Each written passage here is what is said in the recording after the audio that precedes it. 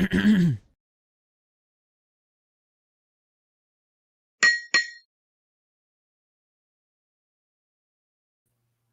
hello. Welcome to another episode of Meet the Experts. I believe this is episode 60 or 61, but we have crossed another threshold and another milestone for the show. And it's always fun. Every time I do another 10, I'm like, wow, we hit 60. I mean, we'll be going for 70. I think 100 will be super special.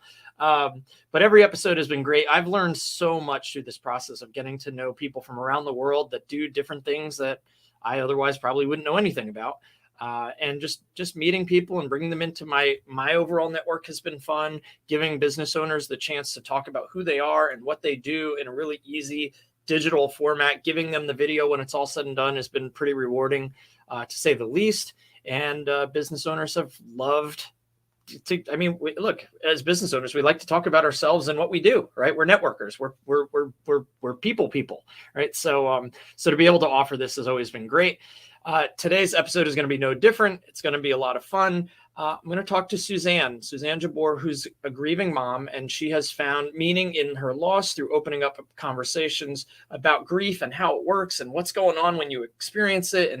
And grief's a tough, difficult subject to talk about. So I think we're going to do it in a real fun way. I want to let Suzanne talk about it. She's the one that's really good at talking about it. So without further ado, let me bring Suzanne up on the screen. Suzanne, hi, how are you? I'm well. Thank you so much for having me. Yeah, I'm excited. I'm excited to I'm excited to talk about grief. Doesn't sound right. Doesn't roll off the tongue well, but it is something that we all deal with in life. Like everybody's going to go through grief multiple times through their lives. So it's probably a really important topic. And I think what you do, being a certified educator, teacher, coach on this topic, really, this episode could probably, I hope it helps people, a lot. So tell us more about who you are and what you do.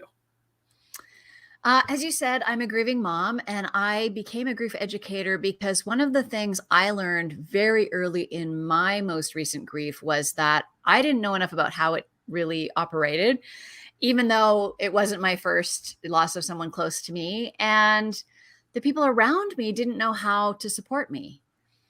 And once I got past sort of the survival days of those very early days after my son died, I really just was so curious about why that was. Why don't we know enough about how to do it ourselves? Why don't we know how to show up and support each other? Why are we all so scared? There's a lot of fear around grief, as I think there is about everything that we don't know very much about. So I thought, well, what can I do to change that? And that really now has become my mission. Like, I'm after a big culture shift about how, at least in the Western cultures, North America for sure, we don't talk about grief. We don't share our stories about grief.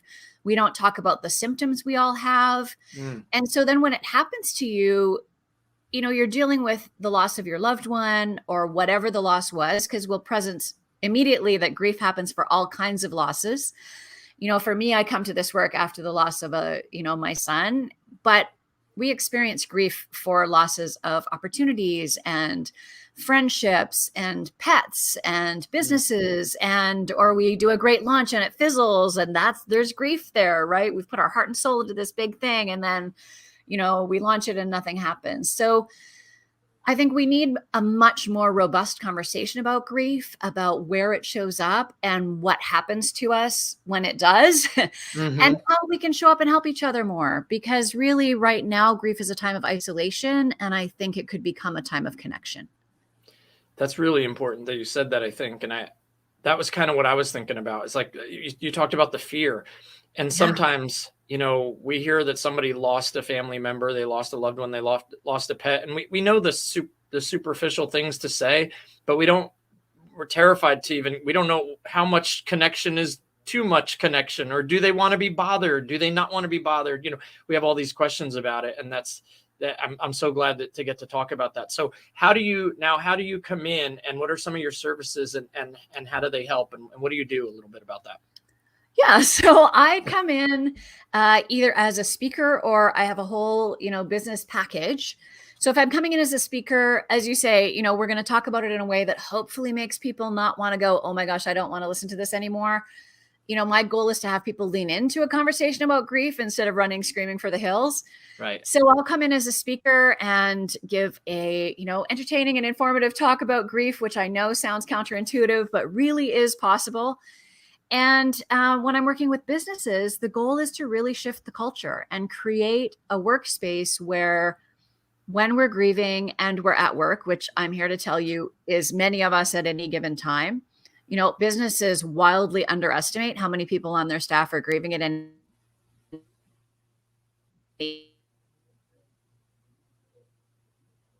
Oh no. time. We froze up It's a little bit. lot. So what I look at, yeah, we did. Do we want to go back a few minutes? 2 seconds? Nah, we're okay. We're okay. Just go back about 30 Okay. seconds. We're fine. Yep. So what I do with businesses is come in and create a standardized, robust system that then grievers can plug into. So everyone has a baseline education. Everyone has a version of a comfort level because we're all different, and it's not going to be as comfortable for some as it is for others, and it's going to be uncomfortable for all of us.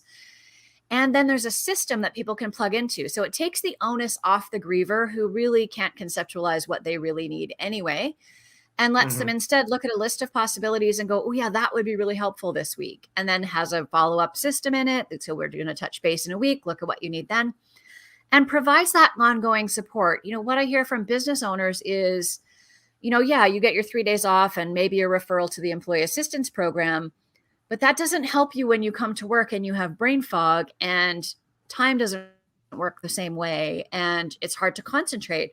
So how do we help with those things so that grievers in the workplace can still be feeling productive?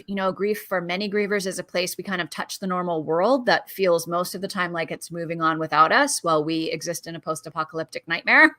So you get to kind of touch that. For some people, it's a respite from their grief, right? You come to work and you just get to be normal for a little while, and then you go back home and you're back in the stew of it all.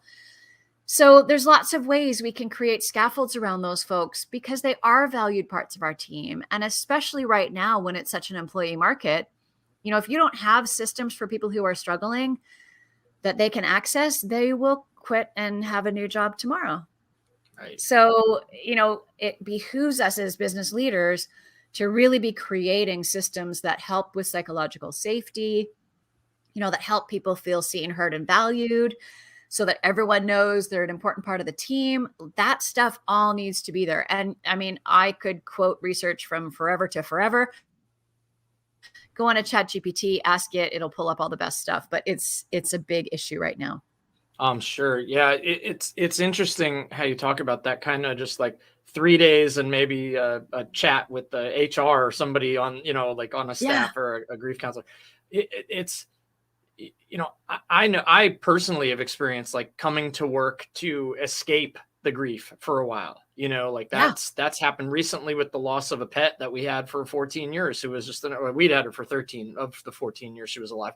It was an adoption rescue from years ago. And we had to suddenly put her down. We weren't expecting it. And, I just remember immersing myself for like a week in work, because I guess I just didn't really want to think about it, but I feel like work I couldn't avoid thinking about it. So I still had to deal with the grief, but I felt like work was just giving me a break, but it's my business. Now I think about it. If I was an employee, would my employer have felt, like it would have understood that I needed, the break? Maybe it would just say, oh, you're doing a great job this week. Yeah. Because I don't want to think about what I'm really going through. That's a different thing. So it's interesting that you try to bring that into corporate culture. Yeah, so I'm so sorry that happened. Oh, thank you. Yeah, no, I appreciate it. It's interesting though. Like it's one of those things that until then we have this conversation, and I'm like thinking about those things, and it becomes real again in a sense that that I'm lucky. I'm fortunate. I have a business that I own. But then I have to think about like the people that work for me, work with me. Like what might they be going through, and how could I support them? And I think maybe as business owners, we do need to take a step back and look at that. So I think what you're doing is super awesome. And I'm sure there have been customers or clients of people you've talked to or helped or spoken to that have gotten some great results? And of course, I would never ask for specific names or anything, but do you have any of those like wins or testimonials that you think of some people that you might have helped? Yeah, it's so interesting. My favorite ones are when, so often a business will come to me because they've had a staff person lose a loved one, and they have that conversation, right? This, like, we're not supporting people enough. What can we do? And they find their way to me because magic. And my favorite testimonials are the ones where it happens again. That's not my favorite part, but that when it happens again, they know what to do. They feel a little bit more comfortable. They have some tools they can pull on. They have a policy, right, that everybody knows about. And it just becomes such a different experience. And then they get to build from there, right? We just get better and better at things as we practice. We know that everywhere else in our life. And we need now to apply that to grief, right? When I think about, I do a series of workshops for community groups as well, where we talk about, what can I say? Because we have to start with saying something. And then what can I do? And then how does this show up at work? And I love the stories where people will email me back and say, like, I did your workshop. And then like my friend phoned me and said something had happened. And I knew that I could say something appropriate, and I didn't have to feel scared. And I didn't have to rely on, as you say, those old cliches that, really at best are neutral. Some of them are actively harmful because the subtext is outrageous. Really, I love doing a brainstorm, and then we like rip up our papers, and if we can, like, I send people home to have a ceremonial burning. Like, we really just need to release all those back to whatever era they came from, because they are not now. Right. But that sense that people, either come up with a great idea of a way to help someone, or a business now has a system. So as you say, when that employee shows up, they just need to say, I've had a loss and I'm in grief, and can we pull that policy up together? And then the employer knows what to offer because we've worked through it together. We've had our, dream list come from the staff, and then the reality list come from leadership, and everybody knows about it. And we're all on the same page together. And that also helps us take some of the fear away. Because for all of us, if we have a support system to plug into, if we have some tools in our toolbox, then we feel okay. Yes, we're still uncomfortable. That's a given. It's always going to be uncomfortable. We're always going to not want to have the conversation. We all wish grief wasn't a thing, but it is. And so how can we do it better so people aren't isolated and we're not all tangled in fear? And instead, we're building connection, and we're building support structures, and we're allowing people to be themselves. Yeah. I love that. I love the feeling of connection and community. And I think that's one of the most important things we can all have. And it's really cool when I think the testimonials, the wins, the things where you're like, wow, what I'm doing is really making a difference in people's lives or in businesses, functions, operations, then that's really, really good. Now, I know this question's kind of tough, but from where you started as a grieving mom, I always say, how'd you earn it, learn it, improve your authority? Like, well, geez, not that you wanted to earn it, right? But like, what has it taken since that time that got you like so passionate in order to feel like is there any training or certification or anything that you've gone through to become better as a grief educator? Yes, of course. So I really started off focused on my, what was happening for me personally, which is why my website ended up with the name A Lived Experience, because I thought that's how I earned it, right? In a way that every parent wishes would never happen. And I certainly, if I had my druthers, would never happen to another parent. So that's a big part of how I earned it. And then when Ben had died, I had just finished doing women-centered transformational coaching training. So I had that underpinning. I'm a certified teacher, so I have that training. I've done corporate training for every job I'm in. I seem to end up being the trainer. So, public speaking and training is easy for me. So all of those things kind of conspired together.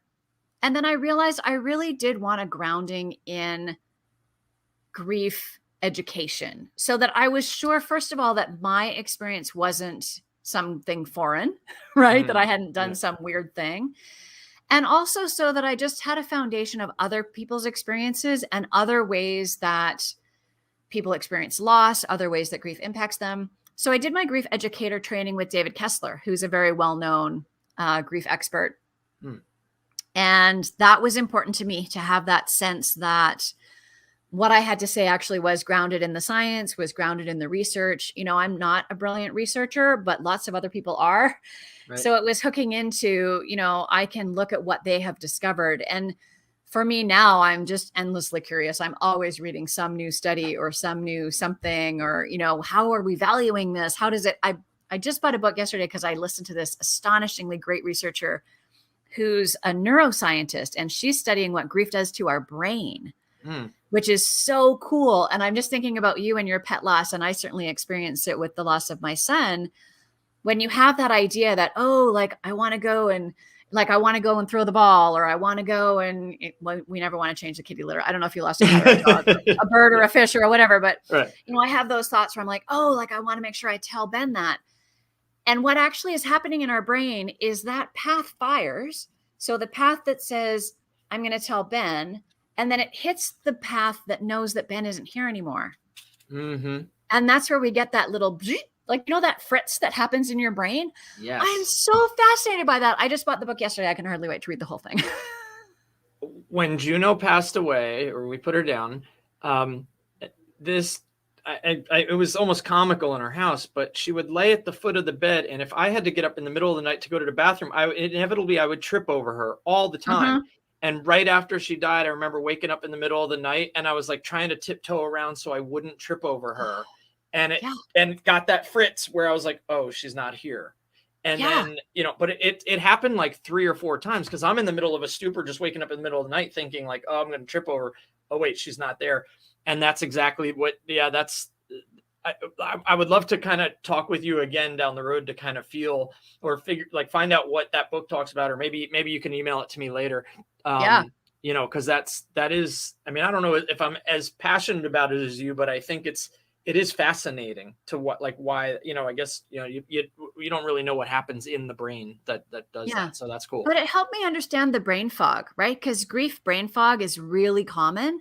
Yeah. And I couldn't figure out why. But if your brain is actually reprogramming itself, like it's rewiring, oh, well, that makes perfect sense then that it's foggy. It's really busy. Yeah, it's doing a lot. Yeah. Wow, that's interesting. Well, that's very, very cool. I've got a couple more questions for you. This has been awesome. But this one, we can kind of change gears. It could be professional, it could be personal, however you want to answer it. But if I said, Suzanne, what's something you're thankful for? What would you tell me? Oh, I mean, so many things. I'm thankful that this is going to sound really strange to people because it goes back to that whole being thankful for grief and loss.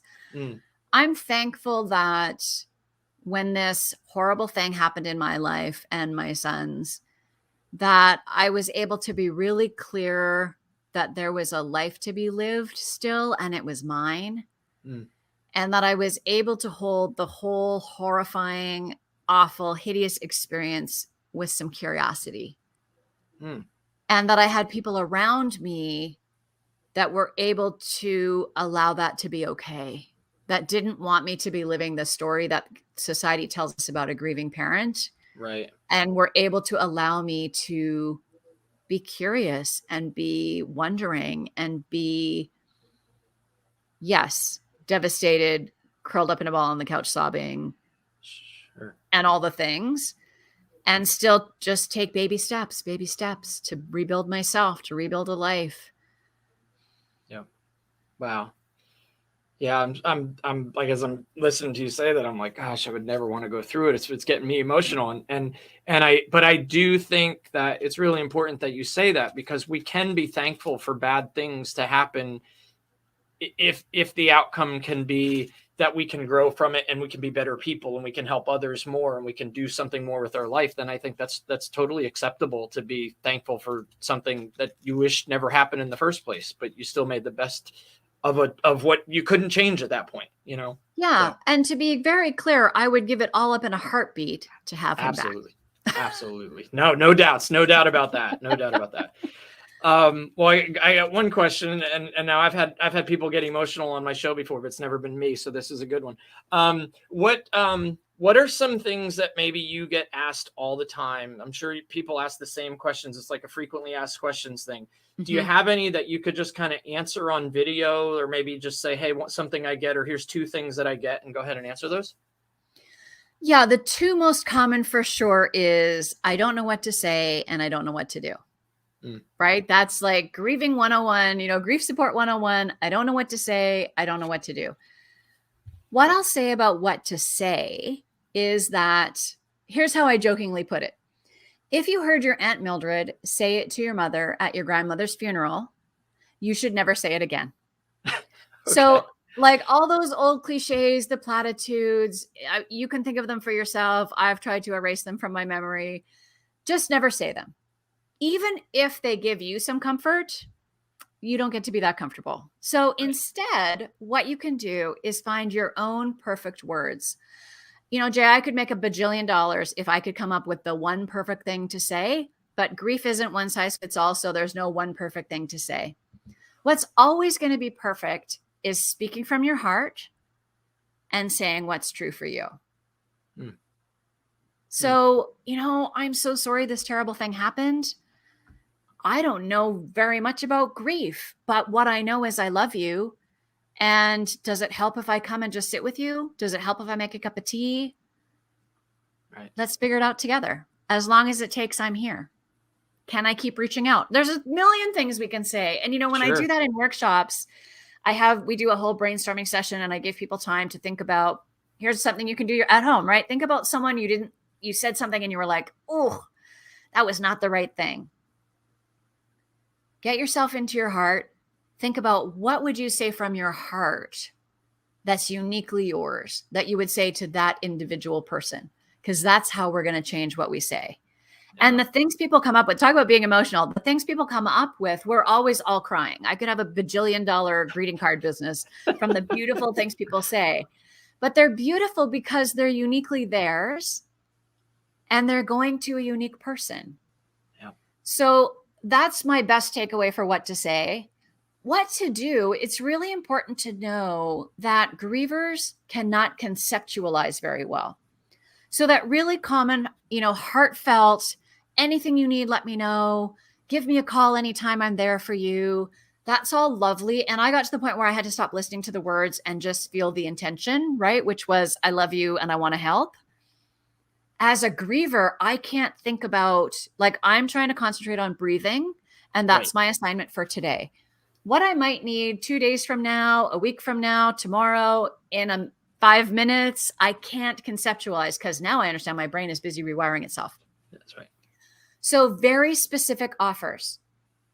I'm going to the grocery store. Do you need bread? I could answer that. It's a yes, no question. So it's the opposite advice, right? What to say, open-hearted, open-ended love. What to do, specific offers, very, yes, no answers is perfect. Go stand in front of your cupboard. Tell me what's not there. I'll bring it to you this afternoon. Is that okay? Always asking permission. And it's easy things. All those practical day-to-day things that you're doing for yourself, your griever needs to. And some of them they might be struggling with. So I was talking to someone not that long ago and someone came and did their laundry. I thought, oh my gosh, where was the laundry angel? I don't even remember what we did about laundry. I think our solution was to buy more socks and underwear. I actually honestly think that's what we did. I don't even remember what we did about laundry. It was a hideous amount of time before we changed the sheets. I know that for sure. It was just gross. But things like that, if it's something you love to do, even better. Yeah. Do you have 2 favorite recipes that freeze well that I could cook for you? That's a brilliant offer. I'll bring them to you tomorrow. Do you want me to package them or do you want to package them yourself? Brilliant. It is. That's really good. Food is always one of those things that I think everybody, because the last thing we can think about is like cooking or meals or meal planning or meal prep. It's like, we don't even want to eat most of the time. So just something that you could, but when somebody shows up with food, it really, I think that is one of the nicest things that people that I've seen in my life and I've experienced that people do for others during those times that I think that's a Yeah. really good thing. It doesn't take a lot, and it really does show that you care about them. You want them to eat. Like, don't forget to eat through all this, it's like you have to do that. And the flip side of it is, if you haven't asked what they need, I've never thrown away so much food in my entire life Right. than I did in those first few months, right? Because people brought us stuff, and as you said, we were barely eating. So if it was something perishable, it went bad. So it needed to be small portions that we could put in the freezer, and we didn't have very much space. And like, it actually became a lot.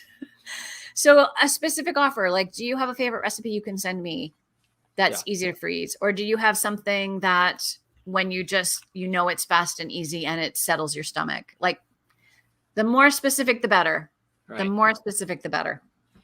That is awesome. Suzanne, thank you so much for this. This has been, I think you've really helped me in a number of ways that you'll probably never truly understand, or maybe you will, maybe you do, and maybe you're just laughing inside saying, I knew I could do that. But no, it was a lot of fun to talk to you about a topic that probably isn't typically viewed as fun.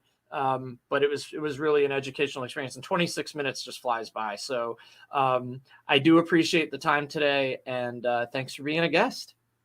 Thank you so much for having me. I'm glad, I've achieved my goal. I made you cry. I made you laugh. You learned something. My work is done here. You did it all. And everybody, if you want to contact Suzanne, it's at the bottom, Suzanne@alivedexperience.com, or just go to alivedexperience.com, check her out. And hopefully not for something too personal and too tough right now, but at least maybe to get prepared for the next person that's going to go through something, or maybe you going through something yourself. So thank you so much. Right. There we go. Okay. Well, that was awesome. There was a fun and tough episode all in one. I'm so glad we got the chance to interview Suzanne. If you would like to be a future guest on Meet the Experts and try to make me cry, don't do that. Not cool. Don't do that. Then you can. It doesn't cost anything. We'd love to interview you, learn about you, your business, what makes you tick, what you like to do, what you offer to people, who you help, and all that. And we package it up in a 25, 30-minute interview. And it's yours to keep. We give you the interview like within a couple days. We can also do other cool things with that video for you if you'd like. But if in order to find out what those cool things are, you should go to the website at the bottom of the screen. It's www.meettheexpertspodcast.com. That's www.meettheexpertspodcast.com. There it is, going in reverse. And until next time, have a great day.